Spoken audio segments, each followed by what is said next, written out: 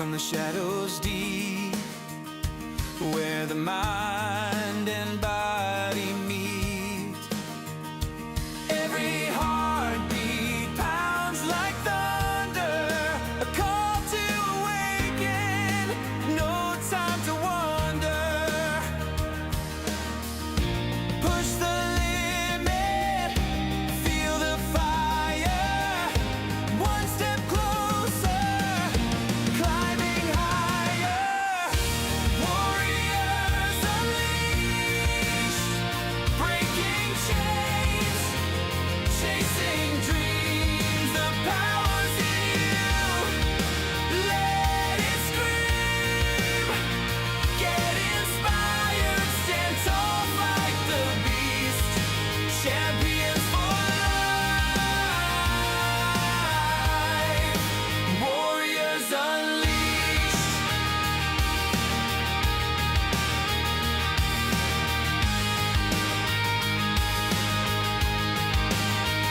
Every scar's a story, every drop's a fight, sweat and soul under the light. Strength's not given, it's earned in flames. Through the storm, remember your name. Push the limit, feel the fire, one step closer, climbing higher. Warriors unleashed, breaking chains, chasing dreams, the power's in you. Let it scream, get inspired, stand tall, fight the beast, champion life, warriors unleashed.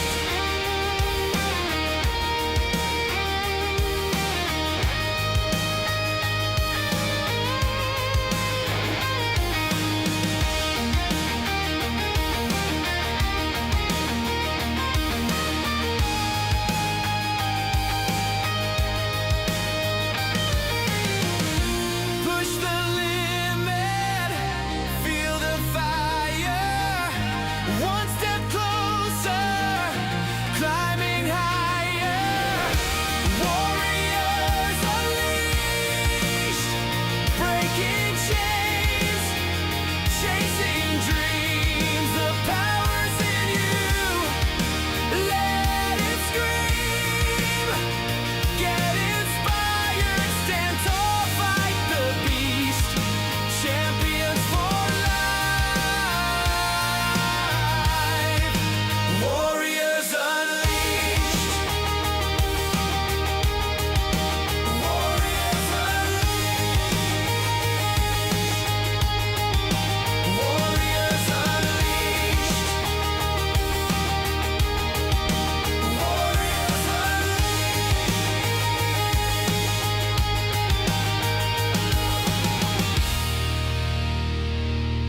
SimsNation Warriors, welcome to Warriors Unleashed. I am your host, Positively Pat Sims, and I am very happy to be with you here this evening. We are live on WANT Radio. So for all of you WANT listeners, welcome to the show. It's great to have you here. And we are also live streaming right now, live on YouTube. So that is really exciting. And if you're watching us on YouTube, one of the cool things about that is that we have interactive live chat, which means that you can join in on the conversation with me, Positively Pat Sims, throughout the show. It's a really, really cool feature that we have here. And on tonight's show, we are focusing on my comeback story. Now, there's a kind of a famous saying in the bodybuilding industry, and especially when it comes to anything weightlifting and stuff like that, where they talk about in order to get into shape, you have to be out of shape. And it took me a long time to let that kind of sink in, to where I was kind of like, do you? Because I'm like, well, what happens to somebody that's just getting started, right? Are they really out of shape? And I guess technically the answer could be yes. They are technically out of shape until you get yourself into shape. And one of the reasons they talk about that is in bodybuilding, especially, you have what's called the bulking period, where you're lifting heavy weights and you're eating a lot of food to try to build. You're trying to add mass to your body. And a lot of these bodybuilders during that phase end up getting very, very large. They put on a lot of weight. And a lot of that is excess weight. And then what they do is they go in a cutting phase where they start to trim down, getting ready for the next show, the next tournament, whatever they're doing. And from there, they go even more extreme towards the end, maybe a month, couple weeks out. They really start cutting back on calories. They really start cutting all that stuff. They start the dehydration phase to tighten the skin. And so, yeah, for somebody in that case, you've got to get out of shape to get into shape. And I kind of feel the same way when it comes to owning your life, right? I don't know if you can truly appreciate what it is to own your life on another level and live your life on another level if you've never experienced what it's like to not live it. If you've never really experienced failure. And I've talked about failure on the show. I've said over and over again, I don't believe in failure. I believed in failure a lot because I considered myself a failure for quite a while. And it's a tough road. But I think that everybody at some point in their life falls down. Everybody has problems and issues. Everybody has downsides. Everyone has the roller coaster of life. Nobody goes to the highest of highs and never comes down.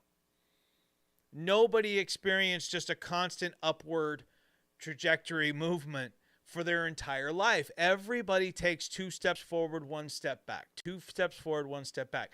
And then there are those people who go worse off than that. They'll take 1 step forward, 10 steps back. Or to the full extreme, to where I thought I was, you're doing nothing but taking backward steps.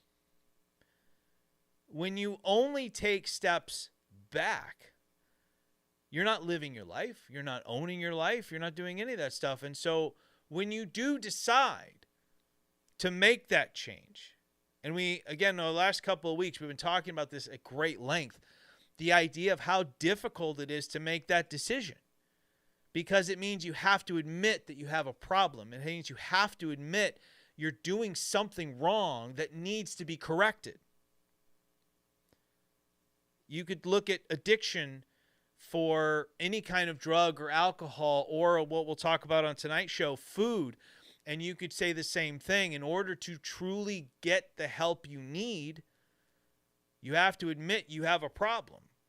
You have to admit that something's wrong and that you're not doing what you need to be doing in your life to be successful. And so you decide you have to make that change. And that's, I think, the first step. The first step is admitting you have a problem. The first step is admitting that you don't have this all figured out, that you're not supposed to be walking backwards. You're supposed to be walking forwards. You're supposed to be living your life going ahead, not back. And when you come to that moment, now you can start to really focus in on what it takes to keep moving forward. What that entails and what that involves. And that's just the opener, folks. Basically, what tonight's show is going to be, I'm going to tell you my story, but also give you some things maybe you didn't know that I haven't talked about on other shows.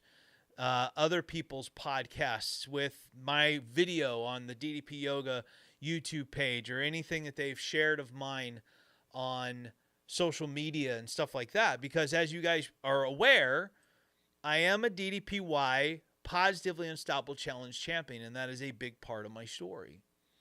And it's something we will be discussing here tonight.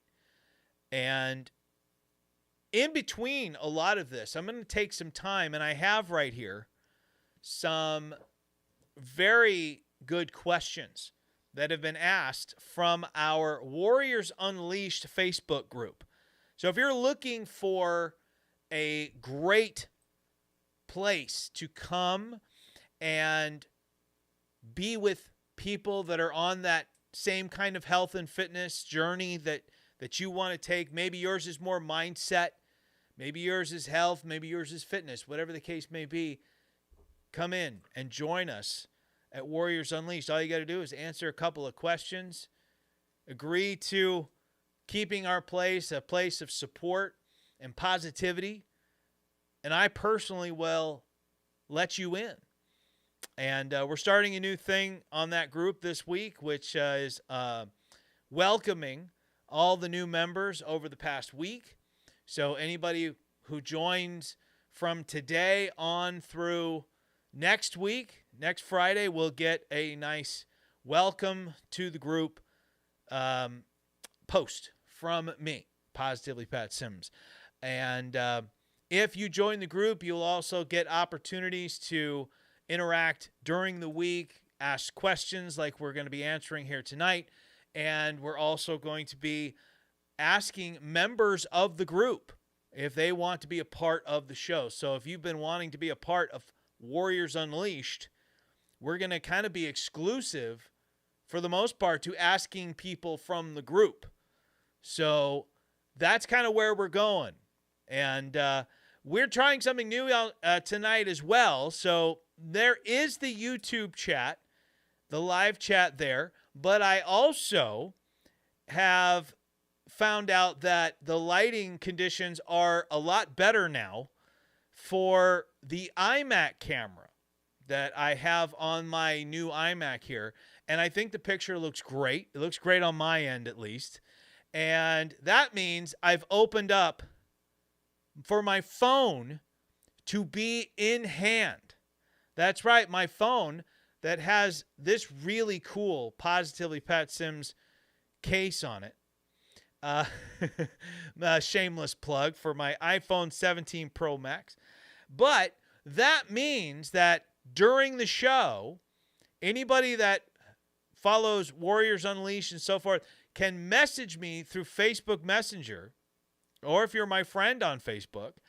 So if you're listening on WANT and you want to message me here, feel free. I am available to do that now. So that's very cool. I'm very happy about that. And it's going to open up a little bit of space in our dining room, which is where we broadcast from here at the Sims household. Yes, this little office-looking area here. Well, not office. It's just a bunch of collectibles and cool stuff behind me. But anyway, let's get started. Now that we got all that out of the way, let's get started here. And basically, there's been a few different questions that have been asked about my past. And one of them was, my wife actually asked it. And the question was, what was the lowest point of your health journey and the highest point? So one of my questions to my wife, if she's still in the live chat, which she should be, she's on her walk with my boys. One of my questions would be, before I answer that question, is that after I started, are you asking me what was the lowest point of your health journey after I started in 2021, or just throughout my life before my health journey? Because obviously my lowest point in life was before. But if you mean after, it's a completely different answer. And it's still a good question, no matter how it is, no matter how you phrase it. But Owen Carter from our Warriors Unleashed group, one of another DDPY champion who's been on this show before, asks this. He says, so when I started DDPY, you are one of the people I identified with most when I saw your story. I'd like to hear you talk, if you're willing to, about your family relationships growing up and how big a part all of that's been. I know it was a big part of mine, and I don't mean mending relationships as much as coming to terms with things and perspective. And that's a loaded question, if I'm going to be honest, because my past obviously played a huge part, mainly in my downfall. What happened to me when I was younger and throughout my life leading up to my lowest point in life is very much dictated more so on my past than my present or my future. Now I live a life looking ahead at the future. I still enjoy the moment. I live in the now, but I'm looking ahead. So everything I do today is to make today the best that it can be so that tomorrow can be even better. That's how I look at life. That's how I look at things. And my past relationships, my past, and I whenever I'm asked that, I think obviously family in terms of mother and father, because that really played a huge role in my life. I had one that loved me by showing me affection, by raising me right with the right morals, the right direction in terms of the kind of person that I wanted to be. And then on the other side, and that was my mother. And then on the other side was my biological father, who showed me kind of everything I didn't want to be. And the only way he knew how to show affection was by just buying me stuff. Right? I remember every weekend going down to the swap meet down here, which was one of my favorite places to go. And I still, I wish that was still like a thing in my life now, just going down to the swap meet where we used to go and I don't even have to really buy anything, just walk through. I used to love that. But he always bought me stuff. And he didn't know how to show me love in any other way because I don't think he knew how to show love. I really don't.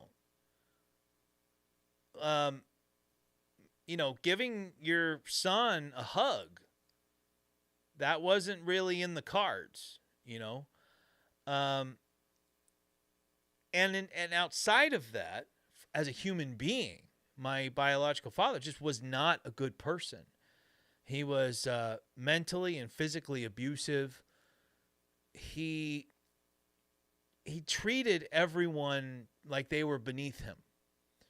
And yet somehow he never felt like he was good enough, which is a weird thing. And the reason I know this, even though he would never admit to that, the reason I know this is because I know how much he lied. And I know how much he fabricated much of his life, and it was sad. And you have a man that walked around and tried to convince everyone that he went to some of the best colleges in the country.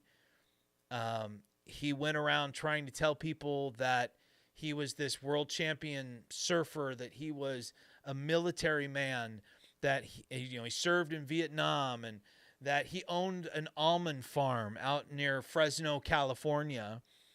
And none of that is true. None of it. My father didn't go to college.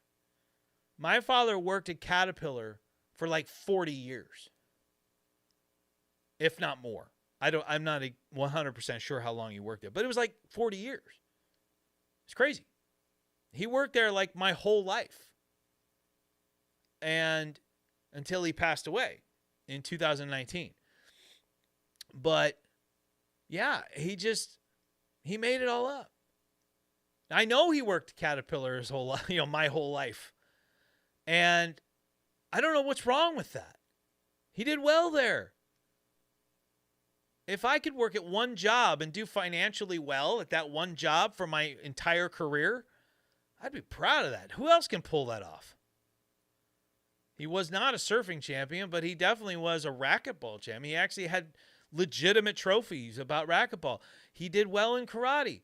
He had legitimate trophies in karate. Some of them he won because he was the only guy in his age group, but some of them he legitimately won.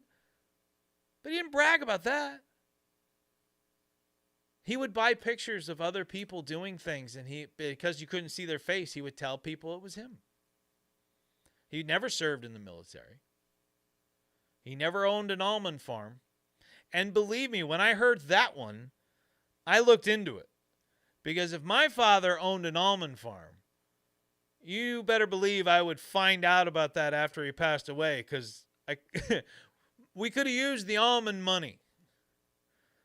And he would tell people he sold off his winery to fund that. So obviously a lot of my issues stem from my dad. A lot of my problems stem from my dad. And one of the problems really for me is, as much as I've come to terms with who he was and understand that I'm not him and I never will be him. I am me. And I forge my own path. I learn from the mistakes of the past and I move forward into the future. But a lot of the things that he did to me over the years, well, those hit different. Things he's done to others, things he said to others, the way he treated other people, it's frustrating and it's hard to watch, but it's also something that I can kind of be like, yeah, that's him. He's just a jerk. But when he starts doing those things to you, or he starts doing those things to me, I should say, and the people you love, it changes everything. And I got the worst of it. You can ask my brother. He got to see it. One of the reasons my brother stopped seeing my father altogether was because he saw how I was treated. And when I went away to college, which the only reason I really went away was to get away from him. But my brother left my dad and didn't see him after that because he didn't want to now become the new me. And who wouldn't? And when I was growing up, my dad would always come to my football games and he would sit in the stands, and he wasn't there to cheer me on. He was there to critique every little thing I did, football and baseball, basically anything I did. He would sit at practices, the only parent to sit at practices, and don't think he didn't brag about that too. But he would sit up in the stands and he would just watch the practices, and when they were done, he would tell me all the things I did wrong. So I never felt like I ever did anything right. I didn't have any confidence. No matter how many other people tried to tell me how good I was, coaches, players, fans, my mom, other people, when your father refuses to give you a compliment on what you're doing, well, that kind of starts becoming the only thing you want. The only thing you really listen to and care about is just getting that one bit of, that was really good. You played really well today. But it was always, why'd you miss the block? Yeah, you won. Yeah, you scored 2 touchdowns. Why didn't you score 3? What happened on that last carry there? Sorry, I was tackled by 10 guys. Don't know what to tell you. But it's tough. It's tough to grow up that way. And a lot of people grow up that way. A lot of people grow up that way. So a lot of people out there can identify with what I'm telling them. A lot of people can really sink their teeth into that part of the story. When they're desperately trying to get the attention, the positive attention, and the positive feedback, and the true positive emotions from the one parent you're not getting it from, and not realizing how important those positive emotions and those positive interactions with your other parent really is. That took me a really long time to figure out.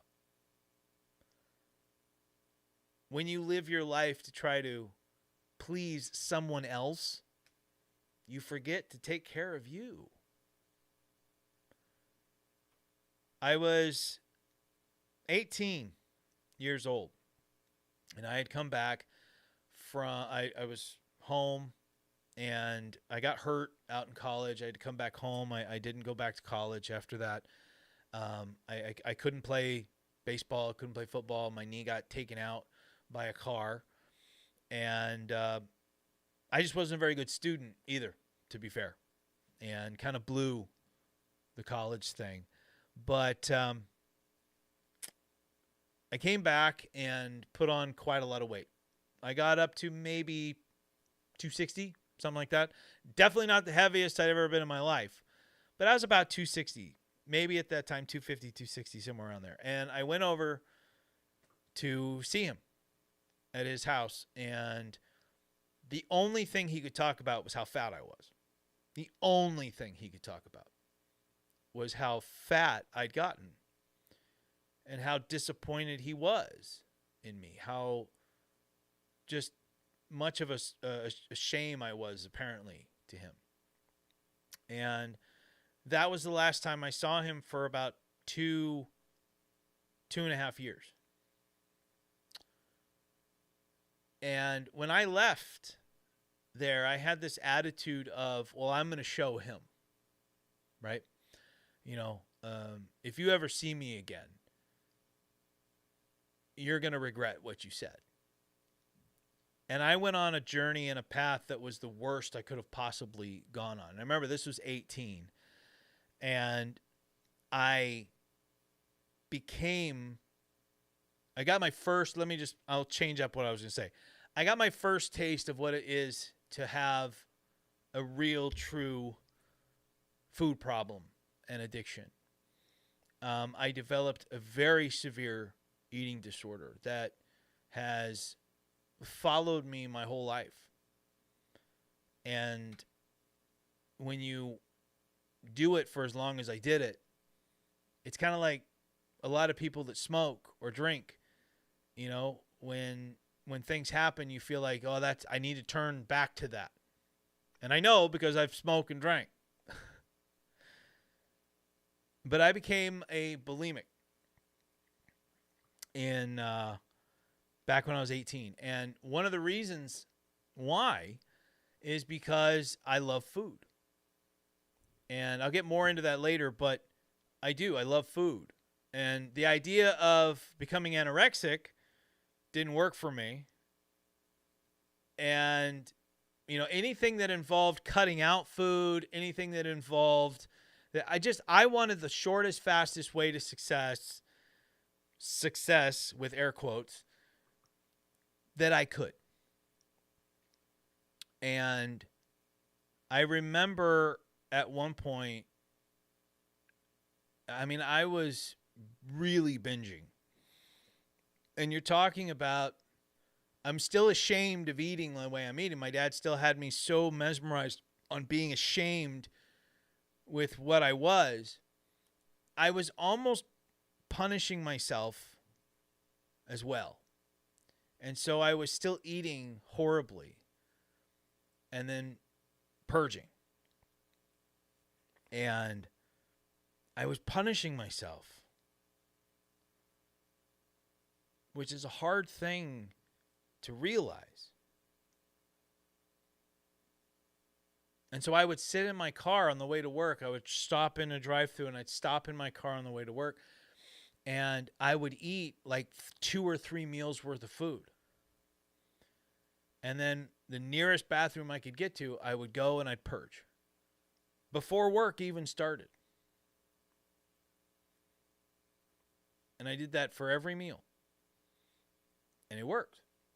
I went from 260 to 160 in like 4 or 5 months, something like that. I was skinny. It was all about what I look like. Not about how I felt, not about my mentality, my mindset. It wasn't about my health. It wasn't about fitness. My gym workouts were a joke. I went to the gym. You see a lot of muscle on this body right now? Anything you do see has all been built over the last 4 years. I never built muscle. I mean, yeah, I had no food in me to help build that muscle up anyway, but I never pushed myself in the gym. I never did any kind of aerobic activity for more than 20 minutes, and even then it was just like a light elliptical machine. My weight training, I never pushed myself to failure. I never lifted till I couldn't lift my arms anymore. I didn't do any of that. And I got nowhere. In fact, I probably took way more steps back than I ever took forward during that time period. And I had a lot of other problems in my life. Some of them will always be something that I keep to myself, because they're things that I've shut out of my mind, because they're things that I'm too ashamed of, or because by bringing them back up, they bring back so much pain that I don't want that to affect who I am today. Everything I'm talking with you guys about now, I've dealt with. I have worked through. I've talked through. I mean, maybe not openly like this, but I've talked to people about them. I've talked to my wife about a lot of this stuff. I've talked to friends. I've talked to family. I've told my story to the DDPY people. And I think every time I've cried. And I'm kind of done shedding a bunch of tears for the past. I think when you've gotten to that point where you're done shedding tears for the past, it's very freeing. And you can shed tears of joy for all the good things in your life. You can shed joy when you see your kids growing up to be great human beings. You can smile for joy when you celebrate 18 years of marriage. You can smile for joy when you can walk up a flight of stairs without having to stop halfway up and take a breath. Or when you go to the doctor and they don't tell you you need medication to control your blood pressure. Or when you go to the doctor and they tell you that your heart is strong. Those are the things that I celebrate. I don't like looking back at all the bad stuff anymore. And after a few other problems that I had in my life, including stealing, I stole money. I was not a good person. Okay, I've had a few times in my life where I was not a good person. And I'm ashamed to say that, but it's part of who I am. And I ended up getting into therapy. And the therapist, I remember, had MS. I believe it was MS. I may be wrong. It could have been Parkinson's, but he shook really, really bad. So it might have been Parkinson's. He shook really, really bad. And the moment I walked in the room and started talking with him, I immediately remember thinking to myself, this guy has probably a way harder life than me. And I'm going to try to pour out my life to him. I felt like he had every reason in the world to look at me and be like, suck it up, dude. Be thankful. Right? I saw him write, and I'd seen what his writing looked like. It was chicken scratch. I couldn't make out any of it. Because he shook like this. I'm not exaggerating. He shook like that. But somehow he could read his writing. But this guy's going to I felt like there's no way he could be honest with me about any of this stuff. That the only honest way that he could talk to me is just like, get over it. But he was very kind. And he let me open up. He let me cry every single session. Because almost every single session was about my father. And yes, I did beat bulimia. Gained a lot of weight again, eventually. But I remember looking back at one point before starting my journey, and I was looking back at my time at the therapy sessions and how the therapist was constantly focused on my dad and having me pour my heart out about how I was desperate to get some kind of approval, or I would talk about some kind of abuse that I'd suffered through him and everything. And never once did our sessions come back to how I dealt with it.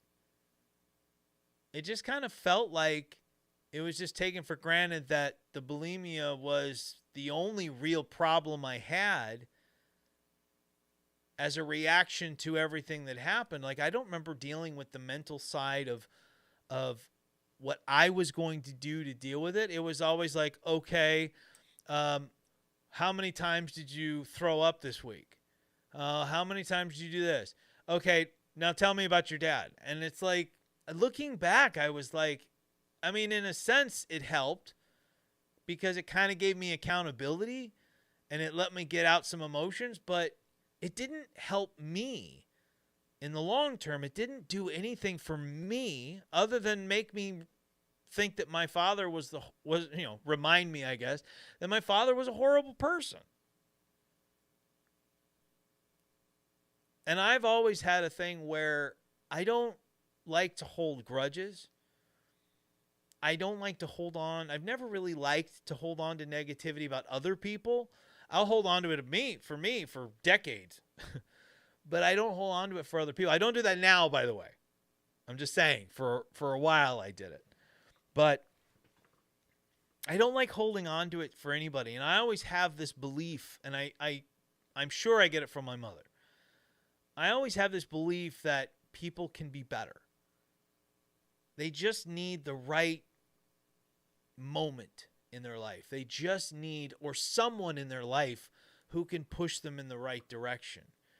And my mom also taught me, I was raised in the church. And one of the commandments is honor your father and mother. And it doesn't say honor your father and mother unless. It just says honor your father and mother.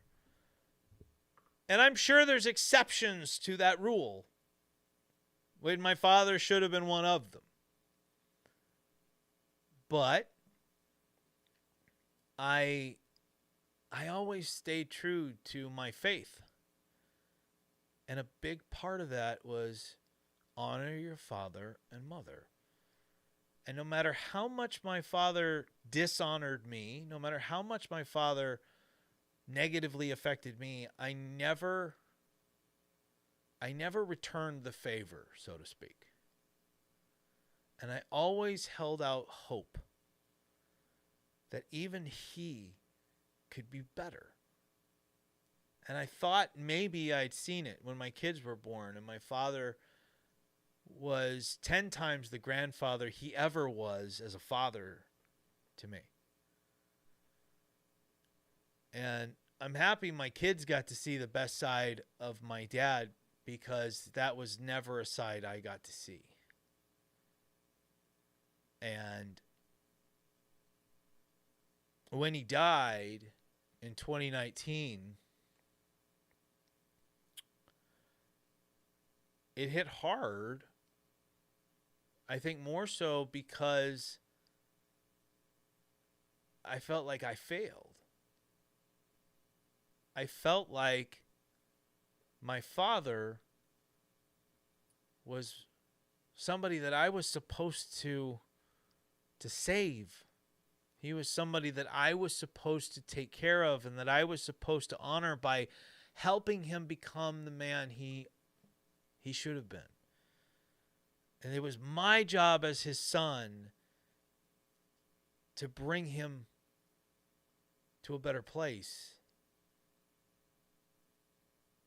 And it hurt. And it caused me a lot of pain in my life. I was on a decent path at that point. I was losing weight back then, back in 2019. I was dropping weight. I think I'd lost like 50 pounds at that point. And it was mainly just sticking to a ketogenic diet, just nutrition. It was all about nutrition. I didn't really work out very much. And which kind of proves that nutrition is the most important thing. And after he passed, I took so much of that on me that my health went to hell in a handbasket. I suffered more in an internal way after he died than I did when he was alive. I mean, you got to think, I dealt with his loss kind of alone because nobody liked him. So how was I supposed to weep for him when no one could understand why I was weeping?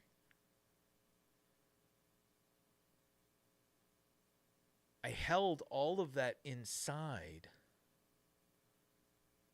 The man I was constantly trying to get some kind of positive affirmation from was gone. And so I knew I was never going to get it. And a lot of you may be thinking right now, that's insane. That's crazy. What is wrong with you? And a lot of you are going, I get it. I get it. Now, where I am today, I'm past all that. I don't do what I do because I'm trying to impress somebody. I don't do what I do because I'm trying to get that positive affirmation from somebody. I don't do anything anymore looking for a pat on the back or a good job or a thank you, because I know 99% of what I do in my life is going to be thankless. So when I do get it, it makes it special. If I do something and my wife says thank you, it's special because I'm not looking for it. I'm not asking her to thank me.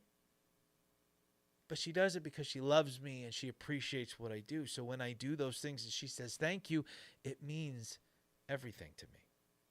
And I forget to do that too sometimes. I forget sometimes to say thank you, but I also try to go out of my way a lot of the times to make sure people know that I appreciate them, that I appreciate what they do. Life's just too precious to live in the past like that. And during that time, as I was dealing with all of this stuff, I mean, I'm also not only dealing with the internal part and the mental side of everything and the emotional side of everything, I'm also having to deal with the financial side of everything. I mean, you're talking about, I'm basically taking care of his estate by myself, dealing with all the financial stuff by myself, and took care of the funeral stuff myself. And it was a very, very challenging time. And during all that time, my health just kept declining, getting worse and worse and worse and worse. I just kept putting on pounds after pounds after pound. Life got really difficult. We were okay financially then in 2019. But who I was inside was a shell. There was nothing. I didn't have anything to give anybody. I didn't feel like I was worth anything. I felt like I was just empty space. I didn't belong here. I didn't deserve what I had. I didn't deserve my family. We were living in this really nice house. One that I, still to this day I really like. I still think about. And in 2020, I had decided that I was going to start a business. I had been DJing for years.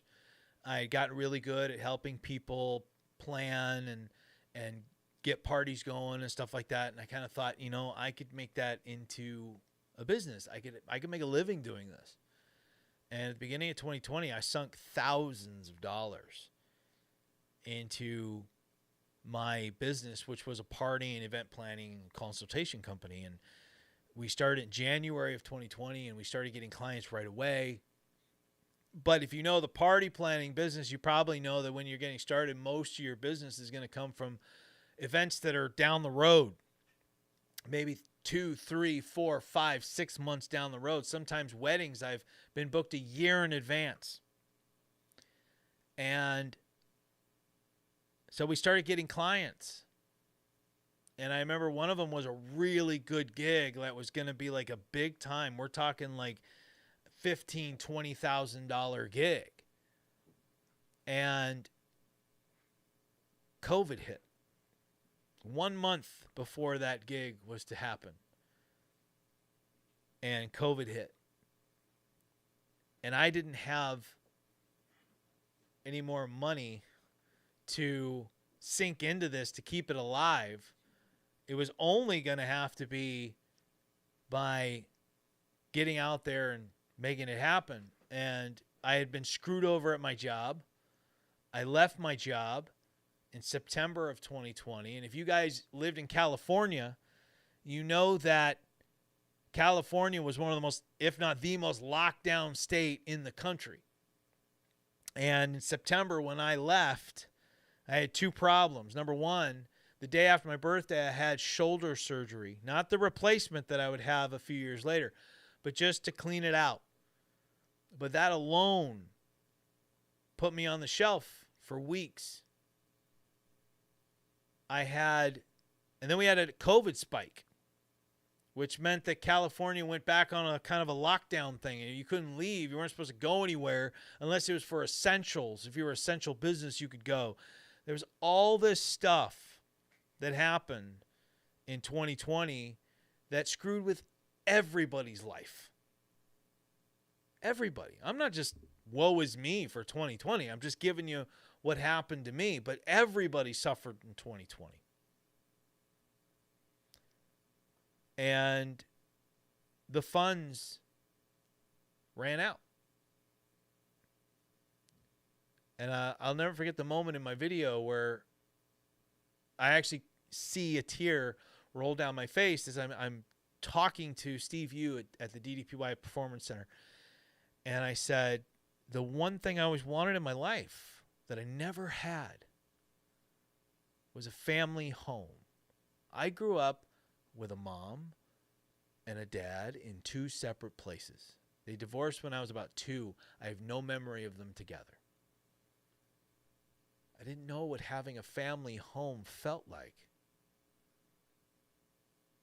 And the house we were living in was filled with a lot of hurt, a lot of good memories, but a lot of bad memories. My dad is the one that helped us get into the place, which didn't make it all that appealing for my wife.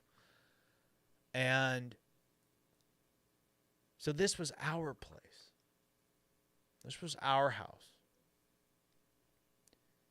And it felt like home.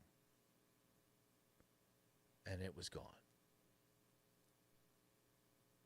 I think that's probably the thing that hurt the most. Because it was the last thing that I had left of what I was giving my family that was keeping me sane in whatever way that I could. When that was gone, everything was gone. We moved into the same apartment we're living in today. It's just much smaller by about 3,000 square feet. Much smaller place. We went from a 4-bedroom, about a little over 4,000 square foot house to a little over 1,000 square foot 2-bedroom. My kids should be sleeping in 2 separate rooms, and at 17 and 14, they're still sleeping in the same room. I screwed a lot of things up in my life. I made a lot of mistakes in my life. And I believe that I've paid for every single one of them. I've spent a lot of my life apologizing and trying to make up for the mistakes that I made to the people that I hurt. My wife, very much my wife. And I didn't want to be there, but the house was keeping me there. My house was making it so I was like, we still have the house. When we lost that, a lot of me got lost with it. I wasn't working. I had to go back to my old company, crawling on my hands and knees, and take a job for way less money than I was making when I left. Life was punching down on me. My health issues were out of control. I was in and out of the hospital. I was getting hit at every angle. My blood pressure was through the roof. My heart wasn't doing well. Obviously, my weight was out of control. Everything hurt. My shoulder had now been hurting for like 10 years. Like really bad pain. And I used it as an excuse not to do anything. I couldn't play catch with my kids. I started doing DDPY in 2019. I quit every time I started because I would make some excuse. Usually it was my shoulder. Well, it's too painful. I can't do it.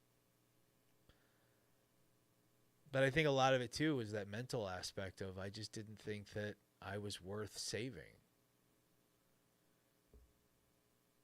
Why should I put this much effort into being better when I don't deserve to be better?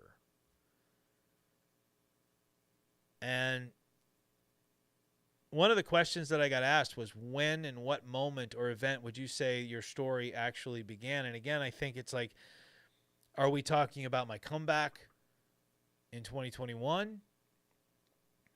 Are we talking about where my story begins from the beginning and why I ended up at our lowest point and then began my ascension? But to me, my story, when people ask me, what's your story? My story begins in 2021. Now, the best thing that ever happened in my life happened many years before that. And that was a random night, and I had gone to an Angel game, LA Angels of Anaheim, and they lost. Go figure. And I was like, well, I don't want to end my night that way. So I went to a karaoke bar and I met my wife. That night, I don't believe in chance. I don't believe in luck. I believe in fate, and I believe that in destiny. Because how could so many things in my life line up as perfectly as they've lined up by chance, by luck? It's not luck that I met my wife that night. It's not luck that that specific person is who I fell in love with, and who just a month later I asked to be my wife, and who shortly after that we found out we were pregnant. Shortly after that we're married. And then 6 months after that, my son is born. Yes, we're celebrating our 18th anniversary in 2 days. Well, 3. 2, because our anniversary falls on a Monday. So on Sunday, my parents are going to, my mom and my stepdad are going to bring us some food. So, yay. But my wife is a big reason why I'm sitting here right now. My wife supports me. And it's just, without her, I don't achieve what I achieve. I don't have the family that I have. And I know she could probably say the same thing. She could turn that around and say, well, without you, I don't have the boys. Without you, I don't have this. But without her, I don't achieve everything that I've achieved. My wife supports me in everything. I want to be a singer. My wife's, oh, you going to record this weekend? You going to get some songs done this weekend? My wife supports these shows.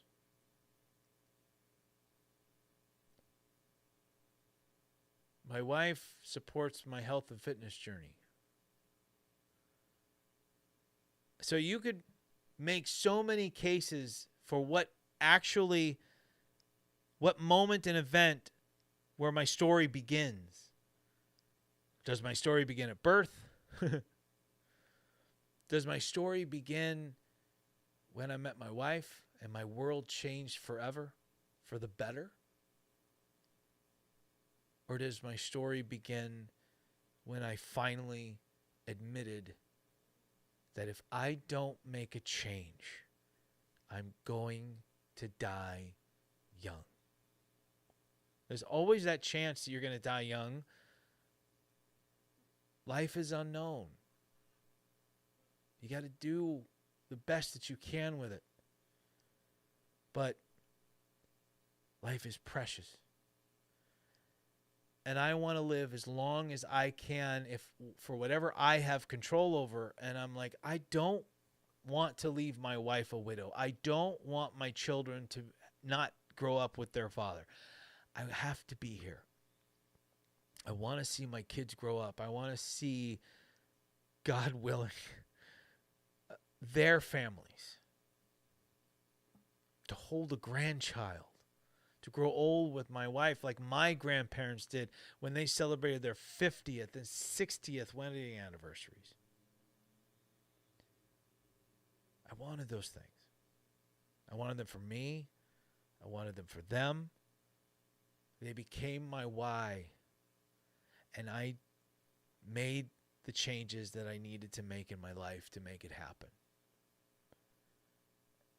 And it's why that's kind of the moment for me where I say my story began, because I started to become a new version of me, a better version of me. And my main goal was health, not looks, not getting skinny. It was about health, to live a long and healthy, happy life. It was physical health and it was mental health.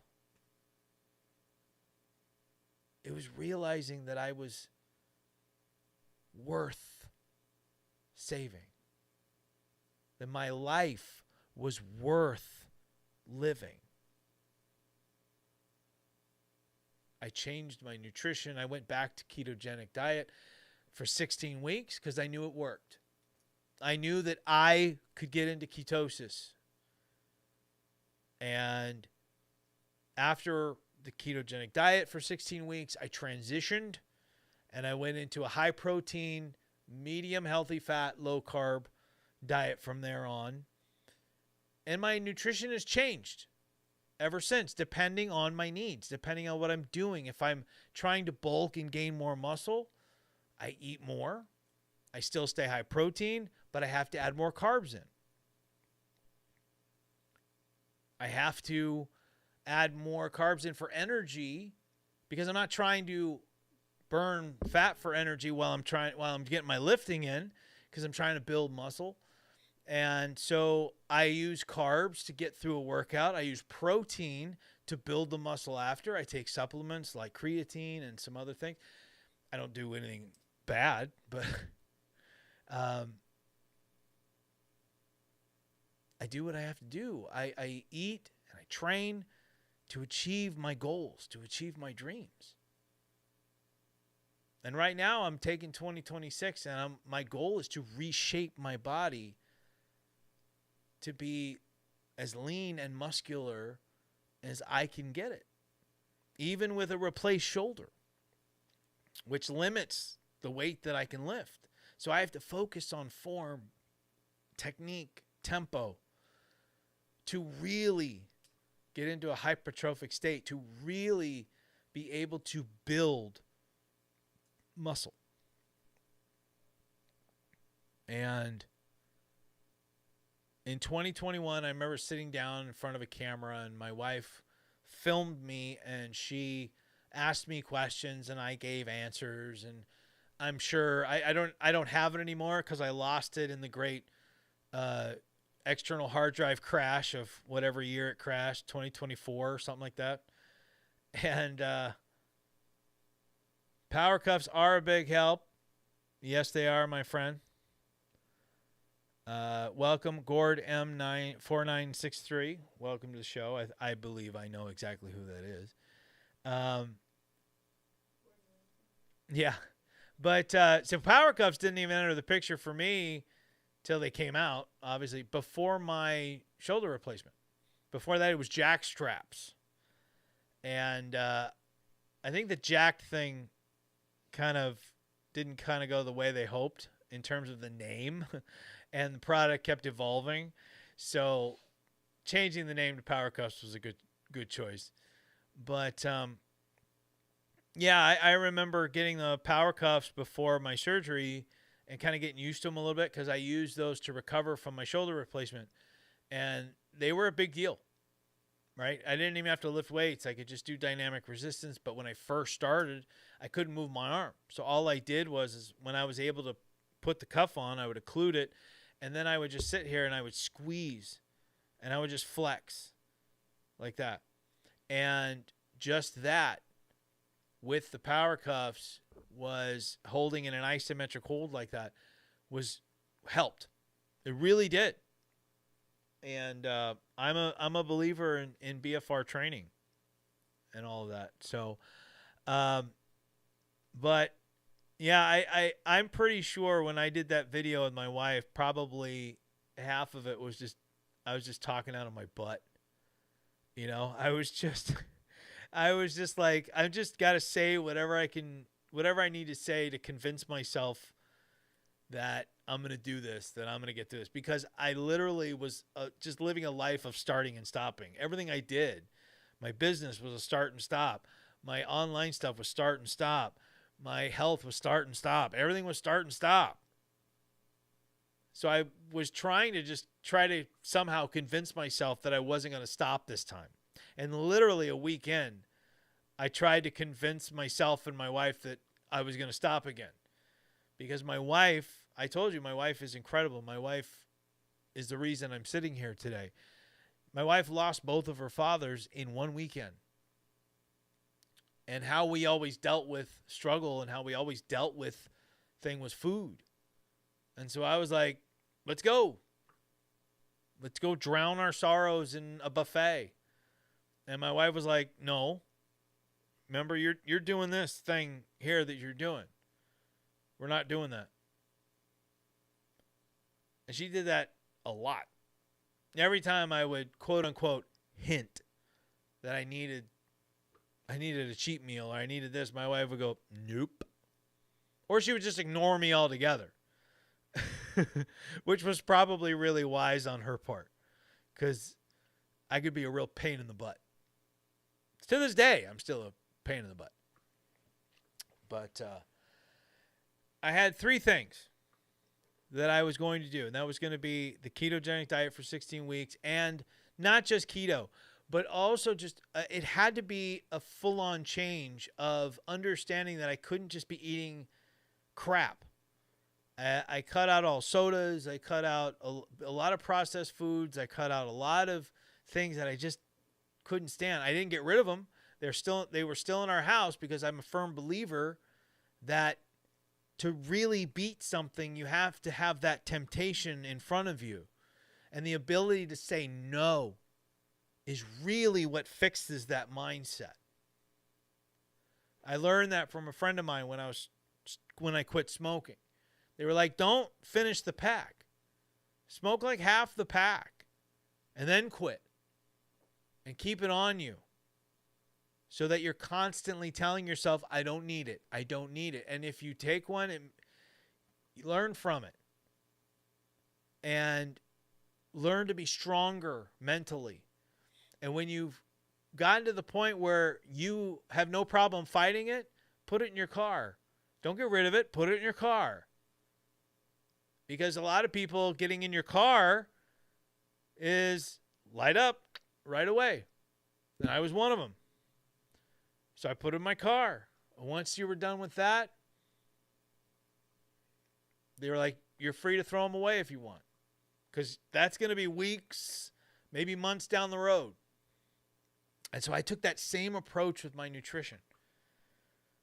And I was like, if the junk food's in the cabinet there, if I can not eat it, that's going to make me mentally stronger.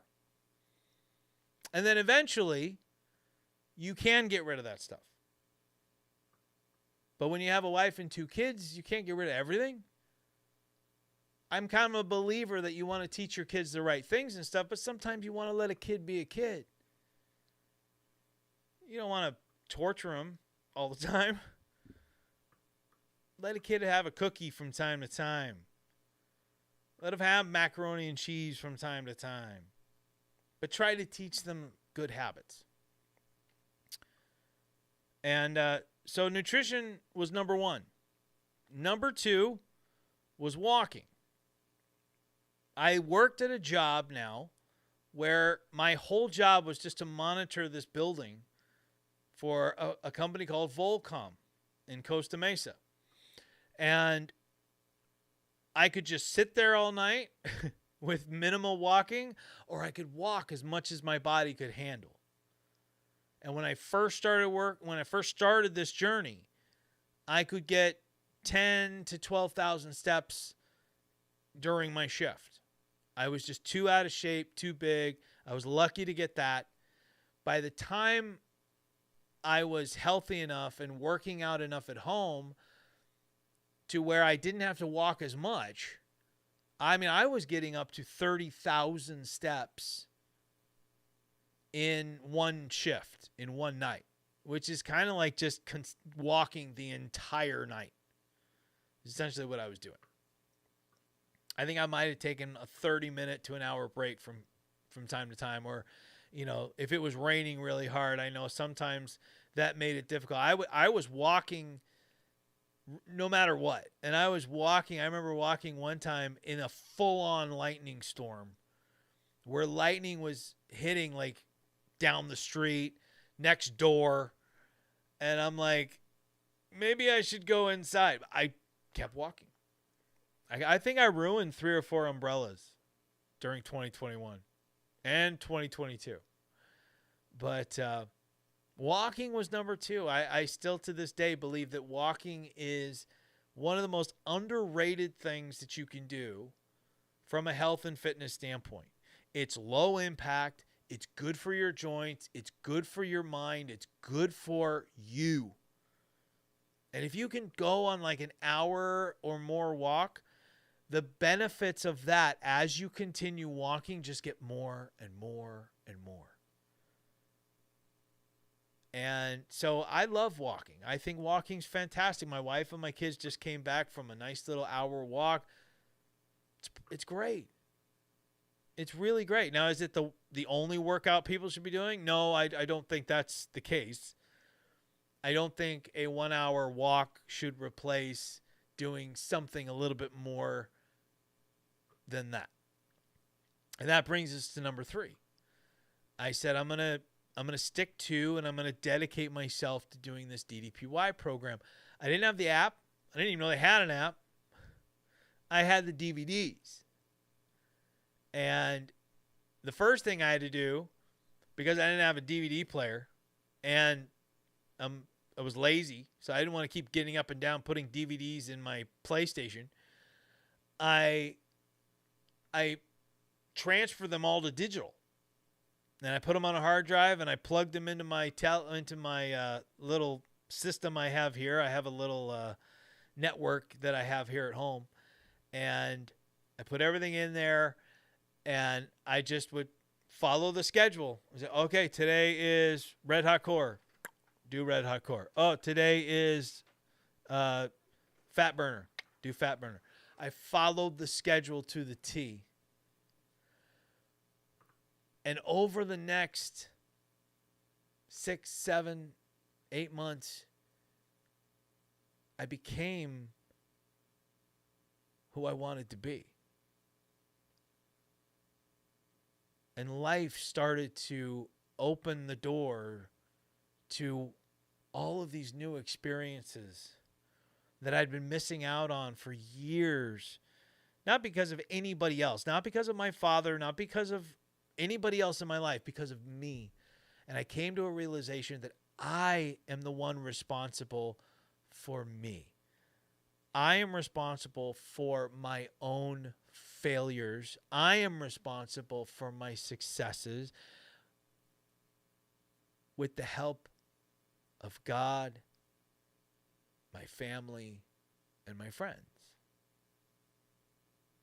But nobody can force me to lose anymore. And I'm not looking for a handout for someone else to go, here's all the success you're looking for. I want it to be earned. I want to do the work so that when it does happen, and it will happen, that I can say,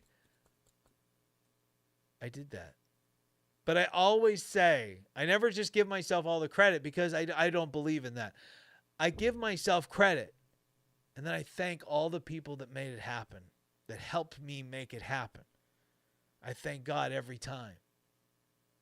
God put all the pieces in place to get me where I got today. I thank my wife for all the support she gives. I thank my kids for believing in their father. I thank my mom, who, despite everything, is a strong woman who did her best to raise a son the right way, who gave me a lot of my beliefs and morals that I have today.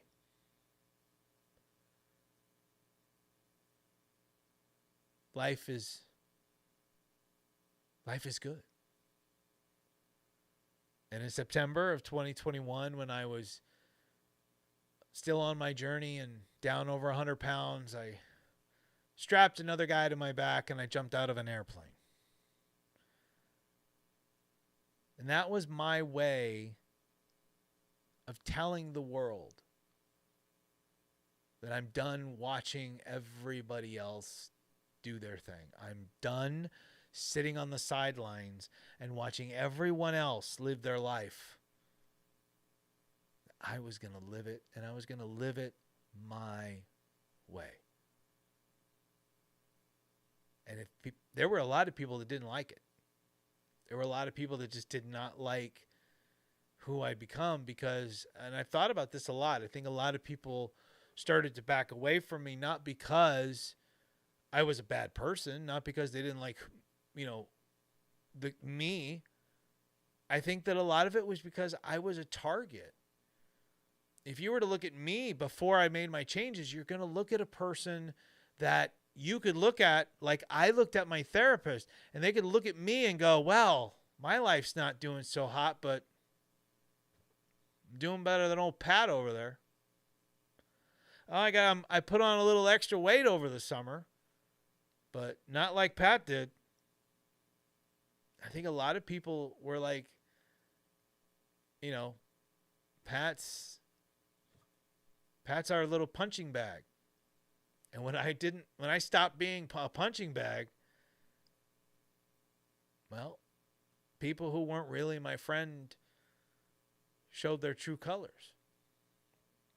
And there's been a lot of people in my life like that, even after the fact. People who I thought were good people, people that I thought supported me and had my back, who just disappeared from it.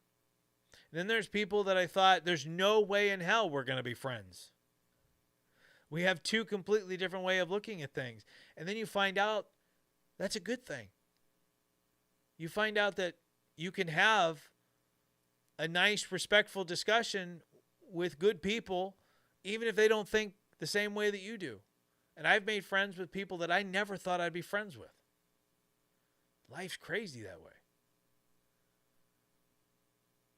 And my wife posed a question that I want to answer now, because we're going to get into this section that kind of changed a lot for me in terms of my confidence and me really taking myself and my fitness and everything to the next level. And I'm going to read it verbatim because I'm going to answer it honestly. This might be taboo, but if you knew what you know now, would you have joined the challenge?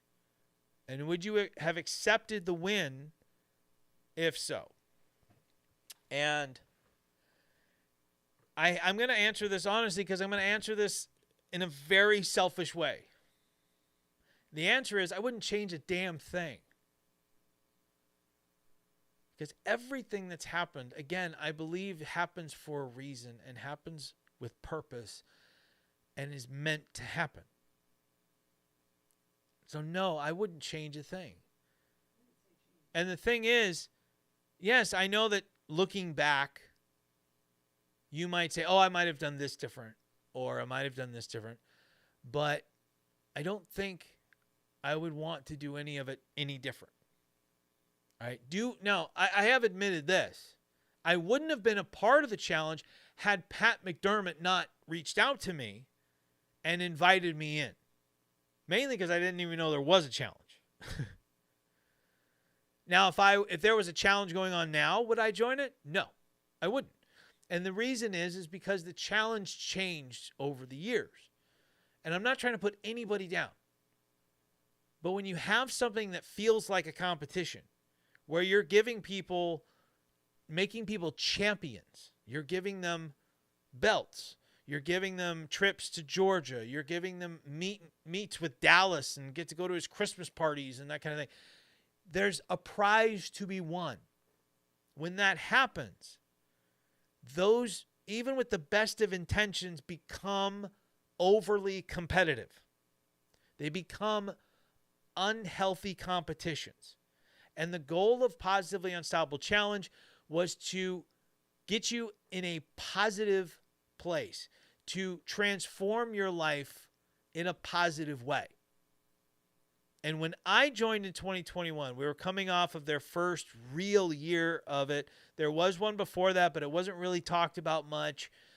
2020 was the year they really said, look, here's the guys we got. Look what happened. Look what these guys did. Justin, Scotty, Candy, they all did great.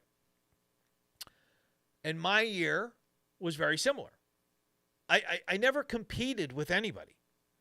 I never looked at this person and said competition. There were some people that did. But for the most part, we were all just in it as like a support group. And we were like, yeah, oh, great job. Hey, look at you. Go, go. I barely posted. And when I did, it was more so towards the end. I didn't ask or mean for it to come across as would you change anything. It was just, would you have joined or accepted the win if you knew then what you know now? That was all. Yeah, no. I mean, I'm not taking. I don't think I'm taking it wrong. I'm just being honest. Knowing what I know now, no, I wouldn't change anything. I'm just being real. I'm saying that no. Knowing what I know now and how much that meant to me and how much it means to me now, no, I wouldn't give that up. I still have friends that I gained because of it. I have a confidence because of it. I think we're doing this show because of it. I mean, and I agree with you in the chat there. Like, I get it. There's a lot of people that wouldn't have if they knew what the outcome was going to be. But that's, I mean, again, that's such, like, I'm trying not to be mean here, but that's such backward thinking.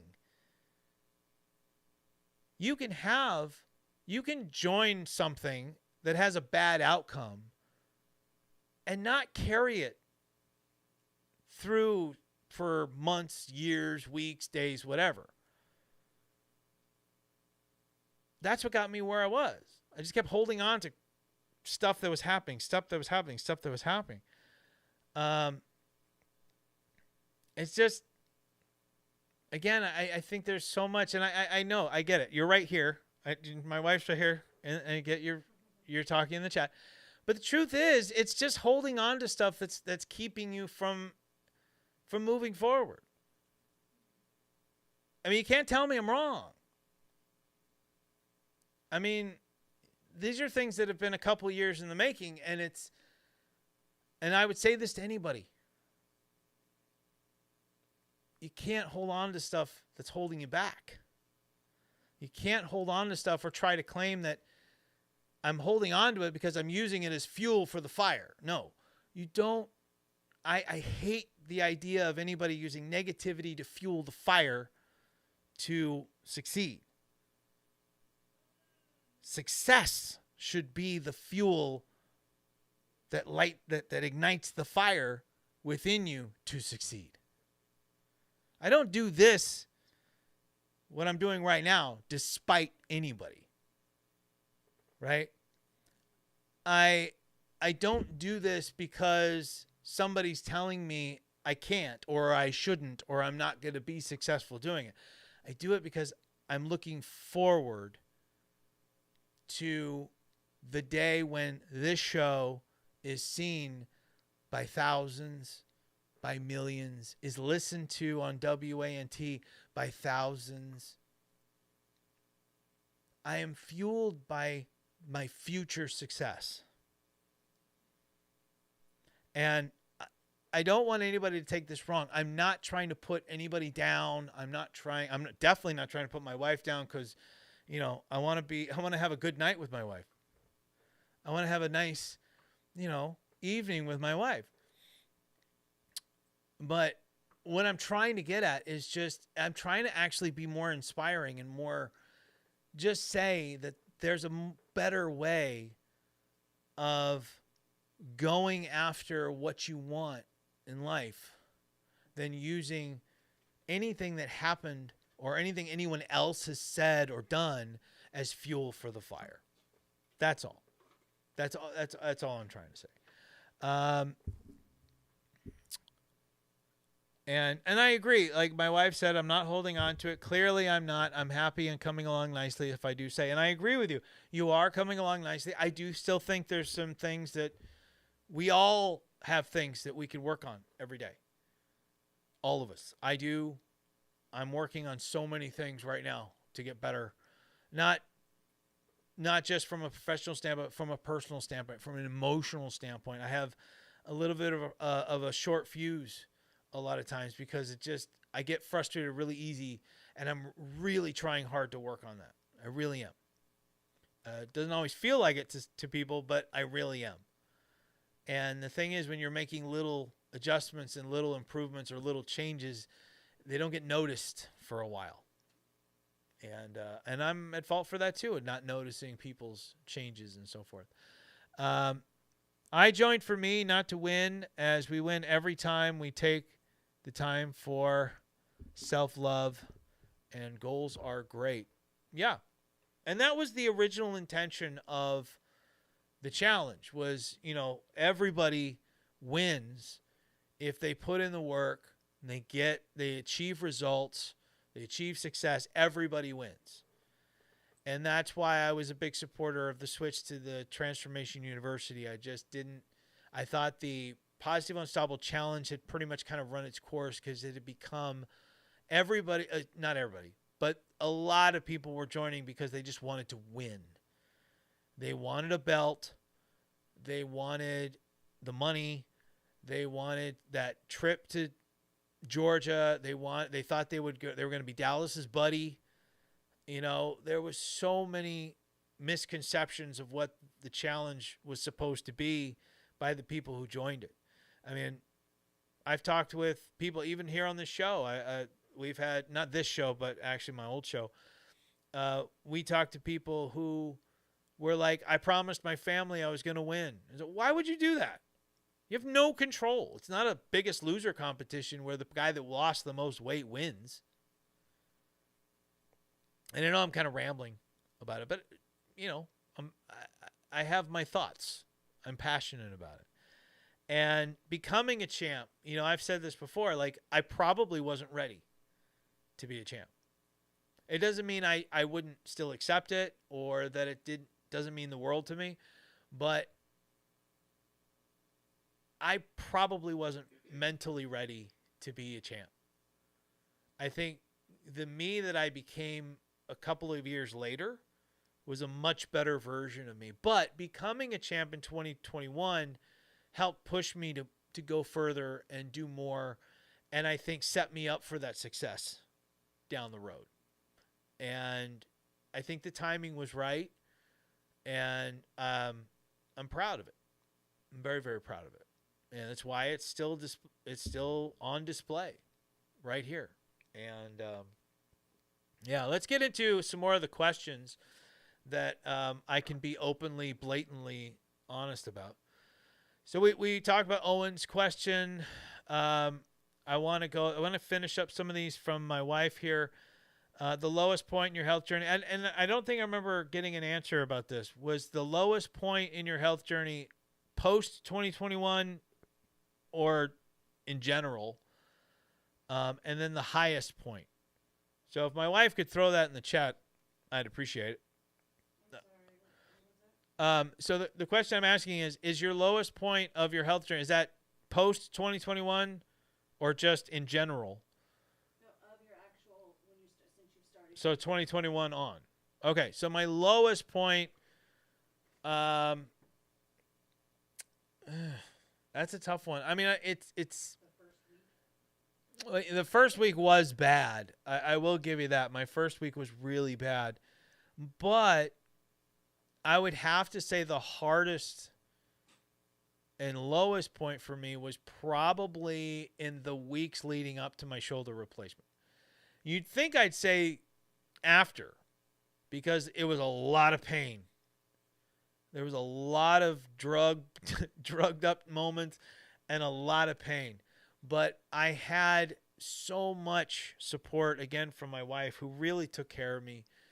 And I tried to keep me as pain-free as I could. And my mentality was really good. And I did everything I needed to do to take things to the next level.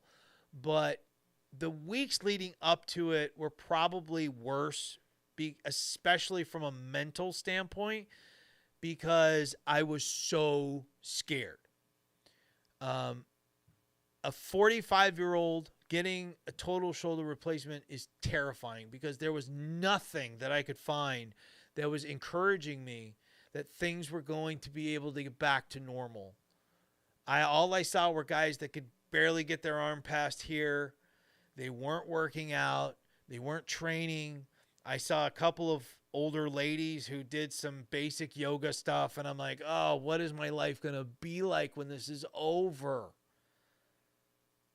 And it was like just before we did the surgery, things started going back up. And a lot of that, again, is my wife. My wife looked at me and said, worst case scenario, you can't do everything you did before, but you're out of pain.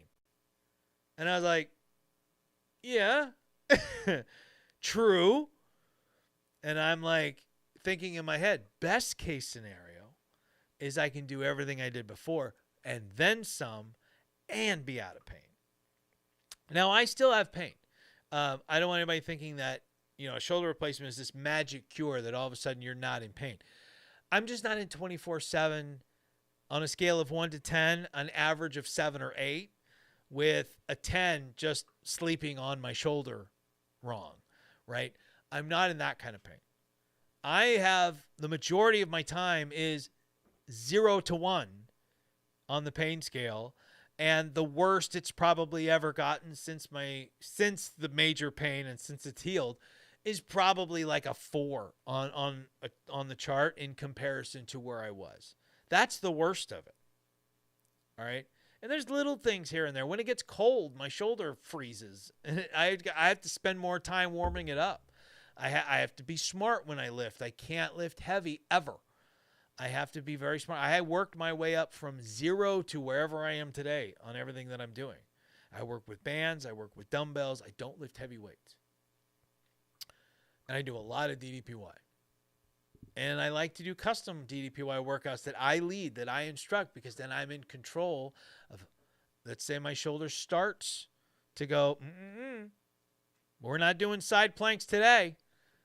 Guess what we don't do today? We don't do side planks. We'll come up with something else. So I'd actually like to hear more about your eating disorder and food addiction. Like, when did you realize food was an addiction, and why did you turn to it to begin with? And is there a correlation between these and hating vegetables, fruits, or any hated foods? The answer to the hating food part is no. There actually isn't a correlation to, in my opinion, to my eating addiction and not liking most fruits or vegetables. That's just something that when you're a kind of a kid that's given kind of whatever he wants in that department, that's just me growing up with some bad eating habits in general. My mom worked at Del Taco, and I'm not blaming anybody again. I'm just saying I grew up basically in Del Taco. And Del Taco is something I haven't had since I started this journey, for good reason. I could eat the entire menu in one go if I wanted to back in the day. I loved it. I loved Del Taco. And I think if I went back, it to me, it's like one of those triggers, right? There's some people have a trigger that makes them want to light a cigarette. There's people that have a trigger that makes them want to drink. Del Taco, I think, is a trigger for me. But to answer the other question, like, when did I realize food was an addiction? I didn't realize it was addiction till I beat it. That's the real answer. Yeah, I was huge. I was over 300 pounds. And guess what? I didn't care. I really didn't think that I had a problem. I thought if I just eat better, I could lose the weight again and then go back to eating whatever I wanted. But looking back is when I realized I had a food addiction, because only a food addict would eat the way that I ate.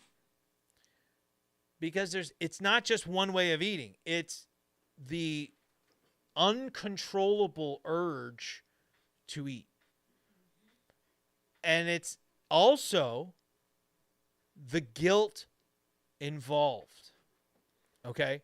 So, again, like a normal day for me is plowing through a very, very large meal and then immediately going to the cupboards and grabbing a bag of chips and a giant thing of soda. And the next thing I could remember is the bag is empty and the soda is gone. When you black out from eating, that's a problem. And then here comes the worst part. The worst part is you feel horrible afterwards. And the only thing that makes that pain go away is more food.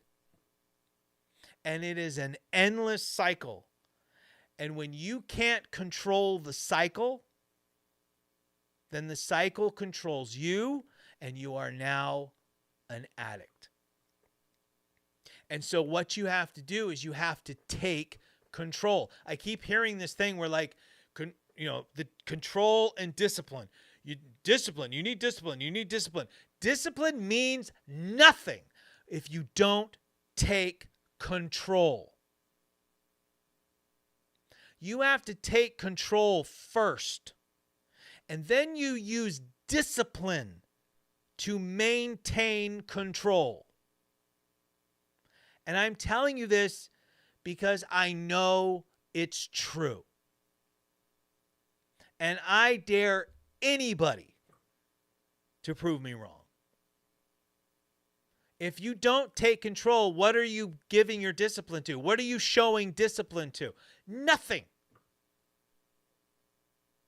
Because if you're not in control, then whatever controls you is going to eventually tell you, do this. And your discipline goes right out the window. You have to be in control. You have to take control. Why did you turn to it to begin with? Again, I don't remember turning to it. food is always just, food's one of those things you have to eat to survive. You have to eat to live. There's no ifs, ands, or buts. You know, you have to eat. And I like foods that taste good. Call me crazy, but I like foods that taste good. And food, you know, everybody likes different things, right? Like I like sushi. My wife doesn't like sushi. My wife likes green beans. I don't like green beans.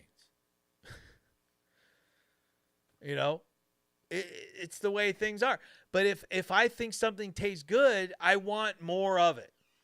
Even today, you know, I just came off of a longer fast that I'm doing that I did for the beginning of the year.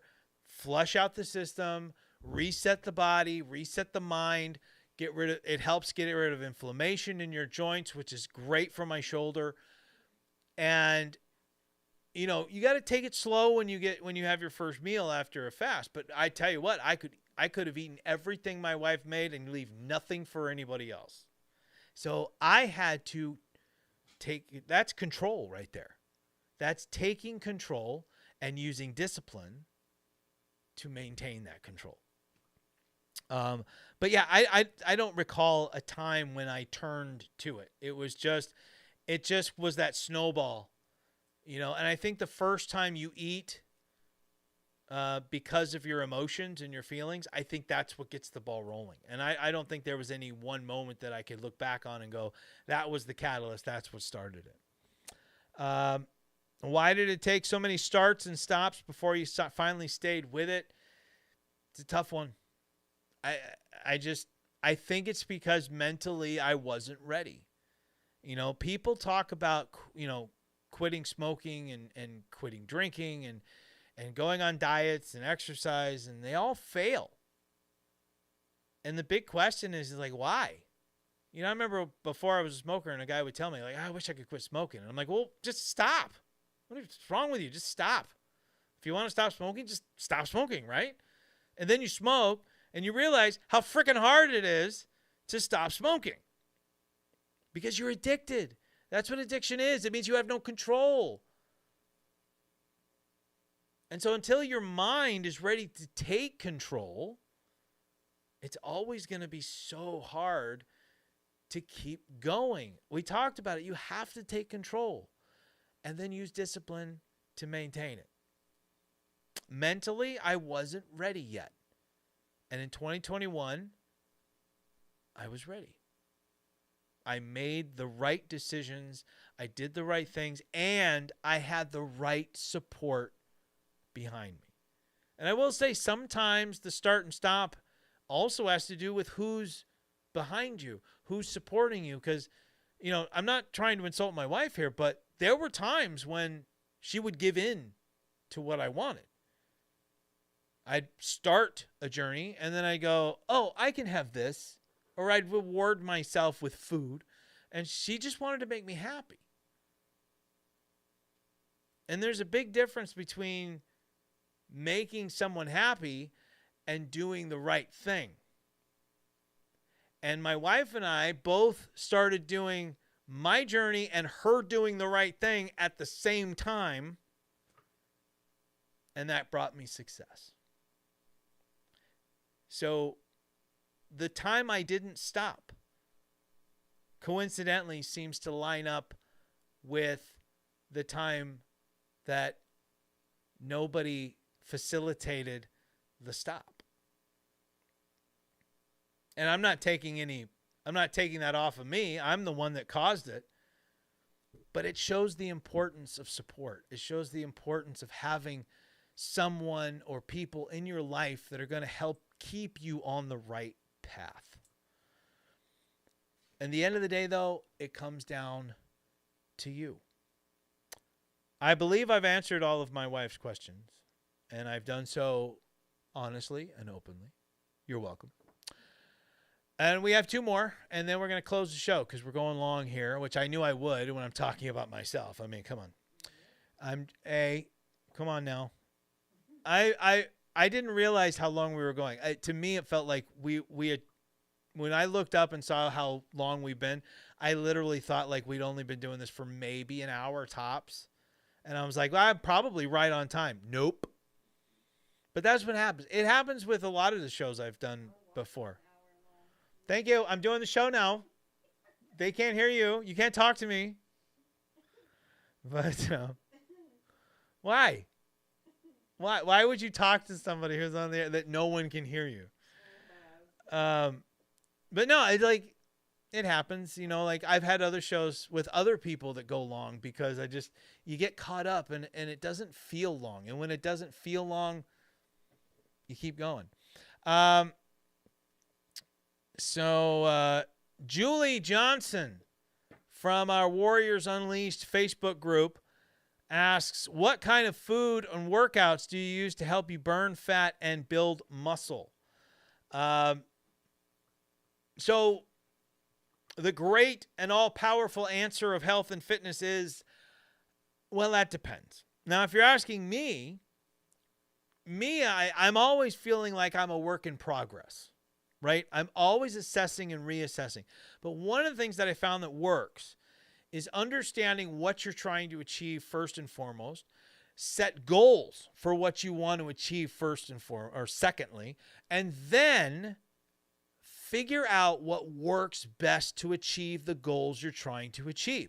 If you're trying to just strictly build muscle, you have to be eating in a caloric, not deficit, but you have to be eating more calories than you're burning. And you've got to be high in protein. You've got to eat enough carbs to get you through your high intensity weight training workouts. You can't shy away from them, right? You can't be on a keto diet if you're trying to build muscle. You've got to, maybe you can. Again, it's all about you and what works for you. What works for me might not work for 99% of everybody else out there. If you're trying to burn fat, most people will just say, hey, just go into a caloric deficit. If you're in a caloric deficit, you will lose weight. That's not always true. Okay, it depends. It depends on how much of a caloric deficit you're in. There is such a thing as too much, right? And if you're only 50 calories under your, in a deficit of 50 calories, you're not going to burn fat very fast. So it's going to be a very slow weight loss thing. But if you burn too much, if you're not taking in enough food and you're eating way under, like let's say you're only eating 600 calories a day, that's way under. And so your body starts to store fat. Now, some people might see your body changing during that time, but you might not see it on the scale. Or the vice versa. You might not see it on the scale, but you see your body changing because your body reacts in different ways. Your body stores fat in different places. I store pretty much all my fat right here in the middle. Right? I could have a big gut and skinny legs. I know I could. I'm kind of all around, but really it's right here in the middle. All right? And there's other people that carry all their weight, and I'm talking about all their weight in their butt or all their weight just the waist down. They have massive legs and skinny upper bodies. It's just because we're all different. We're all snowflakes, so it's very hard to say. And then to do both at the same time is extraordinarily difficult because to lose weight, yes, you want to be in some kind of a caloric deficit. You also want to eat healthy. You want to eat healthy foods. But I think if you were to keep yourself in a slight caloric deficit with the right nutrition plan, meaning high protein, healthy fats, and enough carbs to get you through your most difficult workouts, you can lose weight while building muscle. That's my goal this year. I'm not just building. I'm not just losing weight, which is 2021 was just losing weight. 2024 and a lot of 2025 I was all about building, right? This year, it's about losing and building together. And so I'll have something like a baked potato and some kind of energy, something that gives me energy to get through my hardest workout. And then after my hardest workout, protein up. Protein shake with whey protein, meats, eggs, all that fun stuff. All right. That's me. That's what I do. And I want to stay just under my total calorie burn for the day. That's resting calories and active calories combined. I want to stay under that by about 500 calories a day. That should help me cut fat and still build muscle, as well as taking my supplements, mainly creatine. That's my main supplement. But that's my answer for you, Julie. Missy Aaron Stearns asks, what are your keys to consistency? And we've already talked about the number one thing is consistency without control. Discipline. Discipline and consistency have a lot in common. All right. But you got to take control first. Take control of your life. Take control of your addictions. Take control over the things that you didn't have control of before. And then use discipline to be consistent. And one of the big parts about being consistent is setting goals for yourself. Little goals, big goals, and massive, what other people would say are impossible goals. Set all of them. All right? Set a goal for next week. Set a goal for next month. Set a goal for 6 months down the road. Set a goal for 1 year down the road. Always have something to work towards that will help you be consistent, because every day I say to myself, what do I need to do to get to where I want to be X on this day, on this goal? How do I get there? Is this meal going to help me get where I want to get? Or is it just for food, for pleasure? Is doing this workout going to help me get where I want to get? Is doing one workout or two going to get me where I want to get? Is walking 10,000 steps or 20,000 steps going to get me where I want to get? It all comes down to, what are your goals? And when you know what your goals are, when you know what your dreams are, and you are ready to stop at nothing to achieve them, that will help you create consistency that will allow you to be successful in what you're doing. I want this show, the Positively Pat Sims show, at the movies, eventually game night. I want all of my shows to be successes. I want to get paid to do this stuff. The only way that's going to happen is if I am consistently broadcasting on WANT and YouTube every single week. I took 1 week off since I started doing this stuff back in 2023. 1 week. And I was almost kind of forced to. I didn't want to. But it was a good thing to take a week off. But 1 week in that entire time. Because I believe that the more I do this, the better I'll get, and the better my chances are of making it eventually and being successful. I want this to be what I do for a living, but it takes consistency. Doing it every single day, week, month, whatever it is, do it. Achieve your goal. Yes, I did. I took a 1 week break in 2025.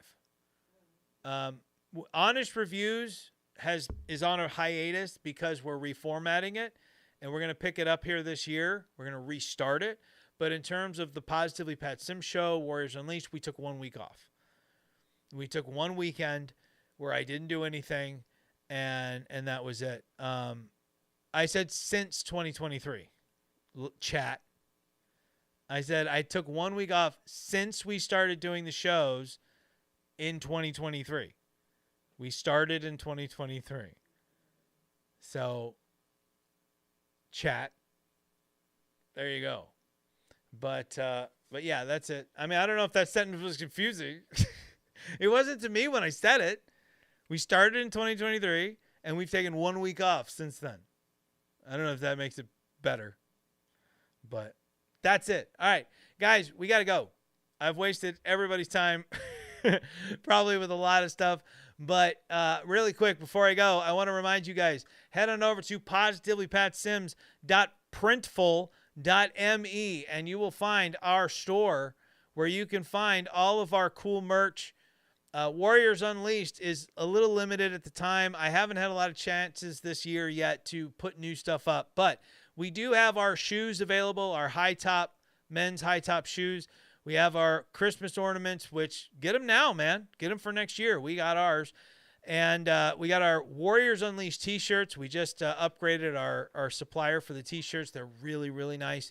And our Warriors Unleashed stickers. But we also have stuff for our other shows, like the Positively Pat Sims show and more. So make sure you get over to positivelypatsims.printful.me today or whenever you can and get some merch. Everything you buy, anything we make from that doesn't line our pockets because obviously we're not breaking the bank. But anything we do make is going to go right back into the show to help make the show better for all of you guys.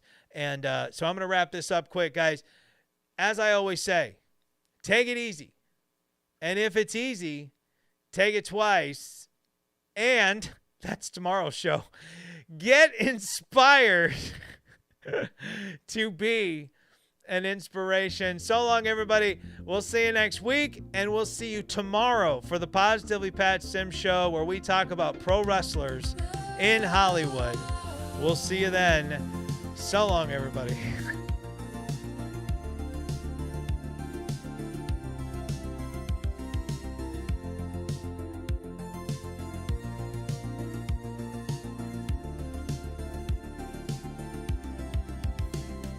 The lights are dim, but the room still hums with the echoes of laughter and the moments we spun. Every honest word is like a stone in a stream.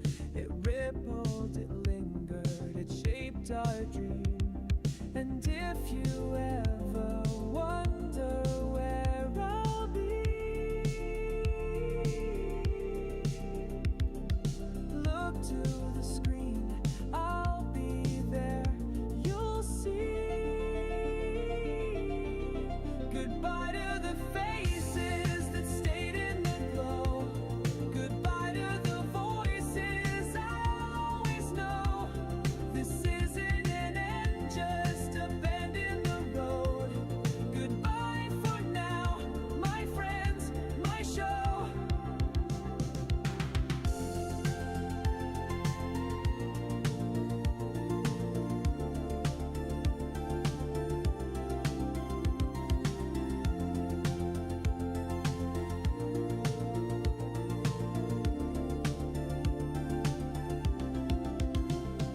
The cameras rolled and the stories grew.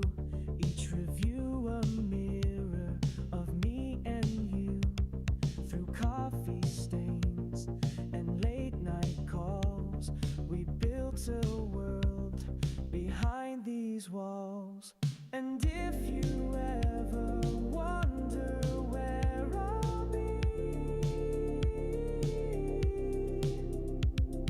look to the screen, I'll be there, you'll see.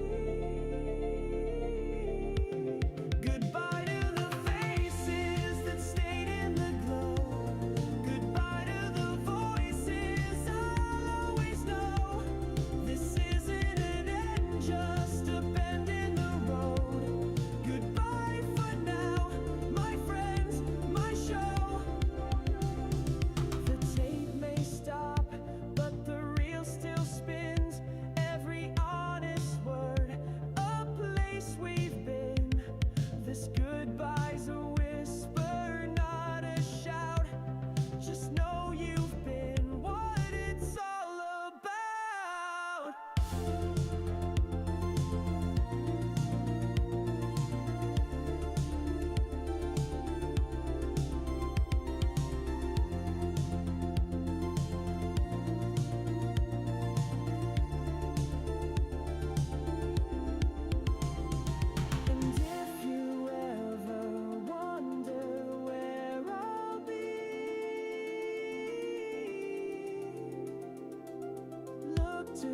screen.